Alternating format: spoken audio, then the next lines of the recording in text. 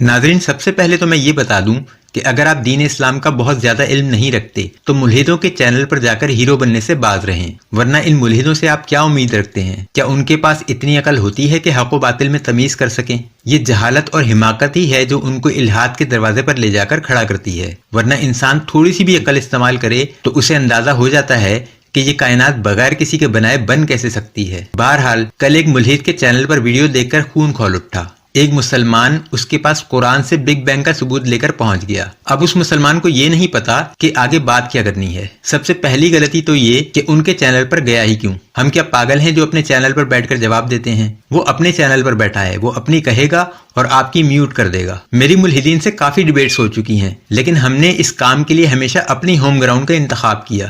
اس کی وجہ یہ ہے کہ یہ سب لوگ ایجنڈے پر کام کر رہے ہوتے ہیں، ان کے مالکان پڑوسی ملک میں ہی بیٹھے ہیں، یہ بات ثابت شدہ ہے۔ لہٰذا یہ جب کہیں لاجواب ہوں گے تو یقینی طور پر آپ کی مقدس ہستیوں پر غیر اخلاقی حملہ کریں گے اور آپ کے پاس اس کا کوئی جواب نہ ہوگا۔ یہی اس ویڈیو میں ہوا۔ ذرا پہلے اس ویڈیو کو سن لیں۔ اس میں کی گئی توہین کا تو خیر میرے پاس کوئی جواب نہیں، نہ وہ میں آپ کو سنواؤں گا۔ یوٹیوب کو چاہیے کہ اس قسم کے کنٹینٹ پر پابندی لگائے جس میں کسی بھی مذہب کی مقدس ہستیوں کی توہین کی جائے، لیکن اس میں جو منطقی اعتراضات کیے گئے ہیں ان پر بات ضرور ہوگی۔ پہلے ذرا ویڈیو سن لیں، پھر جوابات کی طرف چلتے ہیں۔ ہاں بھائی، کیا حال ہے آپ کے؟ ہاں جی، السلام علیکم۔ آواز اونچی کریں بھائی۔ وعلیکم السلام۔ آپ کی آواز جو ہے نا بڑی دور سے آ رہی ہے۔ میں نے آپ کے لیے وہ ثبوت نکال کے رکھا تھا، آپ نے مجھے کہا تھا نا کہ وہ بگ بینگ کا ثبوت دو قرآن سے۔ ہاں تو میں آپ کو ابھی دکھاتا ہوں، 2 منٹ۔ دکھا دو یار۔ یہ نظر آیا؟ اچھا ہاں دکھائیں یار۔ اچھا یہ دیکھیں کیا لکھا ہے۔ ہاں پڑھ کے سنائیں یار آپ، مجھے پڑھنا نہیں آتا۔ یہ میں ترجمہ کر رہا ہوں، ٹھیک ہے نا؟ ہاں پڑھ کے سنائیں۔ سورہ انبیاء اور آیت نمبر 30 ہے۔ اچھا کیا کافروں نے نہیں دیکھا کہ آسمان اور زمین دونوں ملے ہوئے تھے تو ہم نے جدا جدا کر دیا، اور تمام جاندار چیزیں ہم نے پانی سے بنائی، پھر یہ لوگ ایمان کیوں نہیں لاتے؟ اچھا، یہ اس کے ترجمے میں آپ کو کچھ شک تو نہیں ہے؟ نہیں، ترجمہ بالکل صحیح ہے۔ ہاں ٹھیک ہی ہے، کوئی مسئلہ نہیں ہے؟ نہیں کوئی مسئلہ نہیں ہے۔ کوئی مسئلہ نہیں ہے نا؟ نہیں ہے۔ تو مجھے یہ بتائیں کہ وہ کون سے کافر تھے جو دیکھ رہے تھے کہ اللہ میاں آسمان اور زمین بنا رہا؟ جی